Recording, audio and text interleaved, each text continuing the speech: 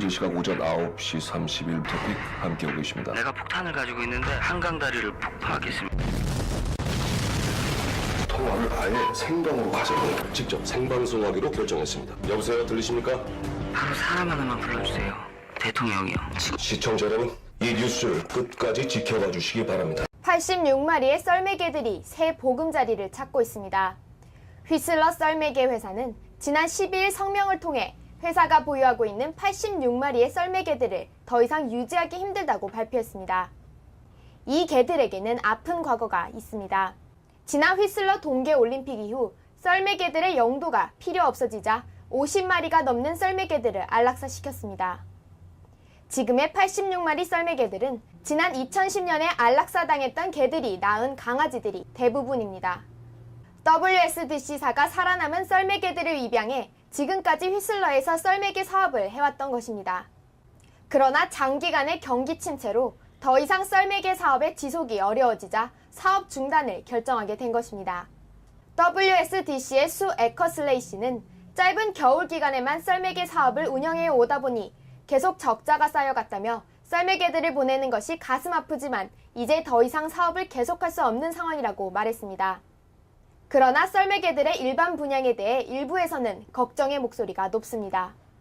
썰매 끄는 개들은 원래 야외 활동에 적응된 동물로 이러한 특성을 가진 개들을 아파트나 실내에서 지내게 하는 것은 또 다른 동물학대라는 의견입니다.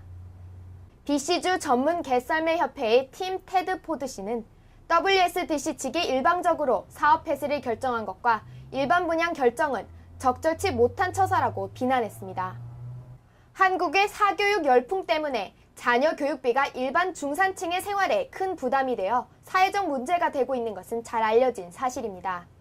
캐나다로 이민 온 한인 학부모들은 고등학교까지의 학비가 무료라는 점을 들어 자녀 양육비가 한국에 비해 덜 들 것이라고 생각합니다. 하지만 최근 조사 결과에 따르면 캐나다의 자녀 교육비는 한국과 비교해 결코 적지 않다고 합니다. 머니센스가 최근 조사 발표한 자료에 따르면 캐나다에서 자녀 한 명을 고등학교 졸업 때까지 양육하는 데 드는 평균 비용은 무려 24만 3,660달러에 달하는 것으로 나타났습니다. 조사에는 한 명의 자녀에게 지출되는 양육비가 연간 12,825달러, 한 달에 1,070달러인 셈인데 이 액수는 자녀가 대학에 가기 전까지의 비용이라고 합니다. 한국의 경우 정부 발표에 따르면 자녀 1인당 대학 졸업까지 22년간의 양육비는 총 3억 896만 원인 것으로 조사되었습니다. 이는 대학 졸업까지 약 28만 5천 달러로 캐나다에서의 고등학교 졸업까지의 양육비용 24만여 달러와 큰 차이가 없다고 합니다. 캐나다에서도 어학과 각종 사교육비 등 이래저래 드는 양육비를 계산해보면 결코 적지 않은 금액이 필요한 것을 확인시켜준 조사였습니다. 2014년에는 BC주가 2.3%의 낮은 임금 상승률을 기록할 것이라고 더 헤이그룹이 예상했습니다. 이 수치는 올해의 2.7% 임금 상승률과 비교할 때 0.4% 떨어진 것으로 4년 만에 처음으로 하락한 것입니다. 그러나 이것은 BC주만의 문제는 아닙니다. 헤이그룹은 캐나다 전국의 임금 상승률도 2.6%로 0.3% 하락할 것으로 예상했습니다. 업종별로 살펴보면 가장 높은 임금 상승률을 보인 분야는 천연가스와 관련 업종으로 4%의 상승이 기대되며 여행산업과 숙박업, 임업 등의 분야는 하락세를 보일 것으로 예상했습니다. 또 공공 부분의 임금 역시 2.3%의 낮은 임금 상승률을 보일 것으로 전망했습니다. BC주 내외과 의학회가 지난해 의사들에 대한 불만 신고가 총 1,028건이 접수되었다고 발표했습니다. 이는 지난 2011년 700여 건이 신고된 것과 비교해 크게 늘어난 수치입니다. 가장 많은 신고 내용으로는 전문가답지 못한 행동으로 환자와 소통하는 과정에서 공감대를 형성하지 못한 경우가 많았던 것으로 나타났습니다. 이외에도 질병을 발견하지 못한 경우 및 치료 과정에 대한 불만 신고도 높았다고 합니다. 또 부적절한 신체 접촉에 대한 신고도 31건이나 접수되었다고 전해졌습니다. 이는 지난 2011년에 비해 하락한 수치이기는 하나 신고자들은 성적 수치심을 느꼈다며 의사들을 강하게 비난했습니다. 의학회는 환자들의 의사의 치료에 대해 엄격하게 판단하는 추세가 반영된 것이라고 전하며 의사들의 능력이나 업무 태도 등이 악화되고 있는 것은 아니라고 분석했습니다. 공립학교 교사들의 10년간 임금 동결에 대한 교사연합과 주정부 교육부 사이의 협상이 10월로 미뤄질 것으로 예측되고 있습니다. BC 교사연합이 제기한 법정 공방이 10월 3일로 예정되어 있기 때문입니다. 지난 2002년 당시 수상이었던 골든 캠벨과 교육부 장관이었던 크리스티 클락이 제정했던 교육법에 대한 개정안이 교사들의 권리를 침해하므로 위헌이라는 주장이 교사연합 측 법적 공방의 핵심입니다. 교사연합의 짐 이케르 회장은 2002년에 빼앗겼던 교사들의 단체 협약권, 특수한 환경에 있는 학생들의 교육, 그리고 교실의 학생 수 등을 결정질 수 있는 권리를 되찾아올 것이라고 말했습니다. 이케르는 10월 3일까지는 교육법 개정 문제에 대한 집중을 위해 10년 협약권은 잠시 그 후로 미뤄두는 것이라고 설명했습니다. 정부 또한 새로운 계약을 위한 준비 시간이 필요할 것이라고 생각한다며 교사연합과 교육부가 함께 긍정적인 결과를 얻어내기를 바란다고 말했습니다. 밴쿠버 아일랜드를 캐나다의 11번째 주로 독립시키자는 일부 의견이 조심스럽게 제기되고 있습니다. 시장조사 회사인 인사이트 웨스트 IW는 지난 5월 총선 이후 밴쿠버 아일랜드를 BC주로부터 독립시키려는 더 프로빈스 오브 밴쿠버 아일랜드의 움직임이 탄력을 받고 있다고 전했습니다. IW의 마리오 카네스코 씨는 총선에서 신민당을 지지한 밴쿠버 아일랜드 지역 주민들이 독립적인 주 건설에 관심을 보이고 있다고 말했습니다. 그러나 주 독립을 추진하는 단체는 정치적 성향과는 아무런 관계가 없다고 말하며 다만 지역의 자립성을 지지하는 것이라며 NDP와의 연관설을 부인했습니다. 조사를 담당한 카네스코 씨는 밴쿠버 아일랜드의 단일 주 건설의 실현 가능성은 아직 알 수 없다고 전했습니다.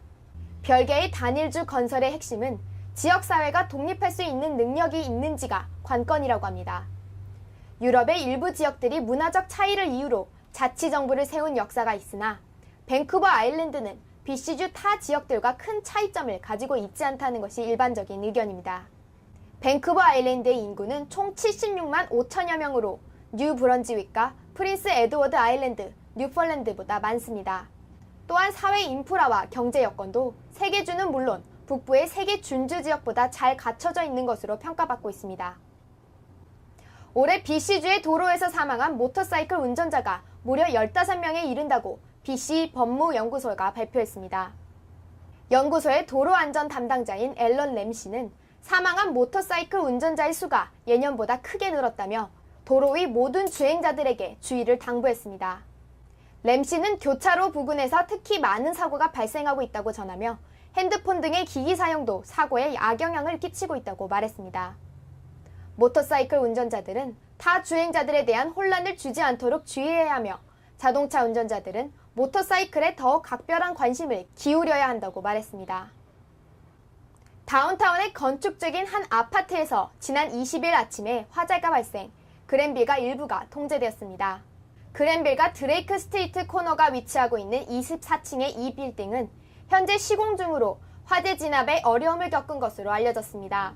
빌딩에는 아직 화재 관련 장치가 설치되지 않아 소방대원들이 소방호스를 화재 발생 지점까지 옮기는 데까지만 45분이 걸렸습니다.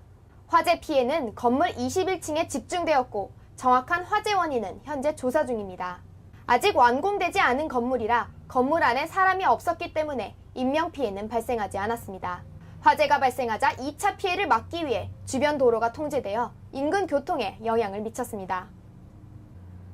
국제축구협회 FIFA가 2015년 여성 월드컵을 준비 중인 캐나다의 경기 시설들을 극찬했습니다. 경기가 치러질 6개의 도시를 점검 중인 FIFA의 무스타파 파미 총감독은 현존하는 캐나다의 시설들이 매우 훌륭해 특별한 개선이 필요하지 않아 보인다고 말했습니다. 파미 씨는 월드컵을 성공적으로 유치하기 위해서는 작은 부분까지 매우 세심한 준비가 필요하다며 캐나다의 경우 그 시작이 매우 좋다고 말했습니다. 또 가장 중요하다고 할 수 있는 잔디의 경우 규율에 따라 개막 12월 전 최종 점검을 받게 되는데 이번 대회는 FIFA의 결정에 따라 모든 경기장이 인조 잔디를 갖추게 된다고 합니다. 개최위원회의 피터 몬토폴리 회장은 이미 인조 잔디가 완성된 BC 플레이스에서 챔피언십 경기들이 진행 중이며 잔디 상태에 대한 피드백이 매우 좋은 상황이라며 자신감을 보였습니다. 그러나 캐나다의 개최위원회는 출전한 각 팀이 개별적으로 이용할 연습구장을 확보하지 못한 점이 부담입니다. 출전 팀들이 모두 자율적으로 연습을 하기 위해서는 각 도시에 4곳의 연습구장이 필요한데 현재까지 사용이 결정된 시설들은 모두 좋은 평가를 받았지만 숫자가 부족하다고 합니다. 그 외 숙박시설과 티켓 판매 등의 주요 사안들도 피파의 결정을 기다리고 있습니다. 판매될 총 티켓 수는 아직 결정되지 않았으나 위원회 측은 160만 장 정도를 기대하고 있습니다.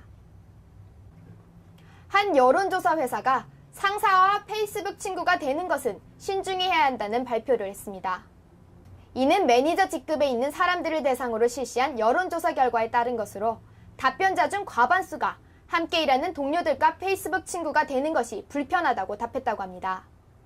여론조사 기관은 직장 동료와 페이스북 친구가 되고 싶다면 먼저 대화를 통해 의중을 물어보는 것이 좋다고 조언하며 특히 상사의 경우에는 상대방이 먼저 친구 신청을 할 때까지 기다리는 것이 더 나은 선택이라고 덧붙였습니다. 건조하고 무더웠던 7월과 달리 8월에는 BC주 곳곳에 소나기가 내리면서 흐린 날씨가 계속되고 있습니다. 우중충한 날씨 때문에 여름 휴가의 마지막을 보내고 있는 주민들의 불만도 적지 않습니다. 그러나 오늘 21일부터는 7월과 같은 맑은 날씨가 지속될 것으로 예상됩니다. CBC의 기상 전문가 조아나 워크스타프 씨는 21일부터는 고기압의 영향으로 기온이 높아지고 맑은 하늘을 볼 수 있을 것이라고 말했습니다.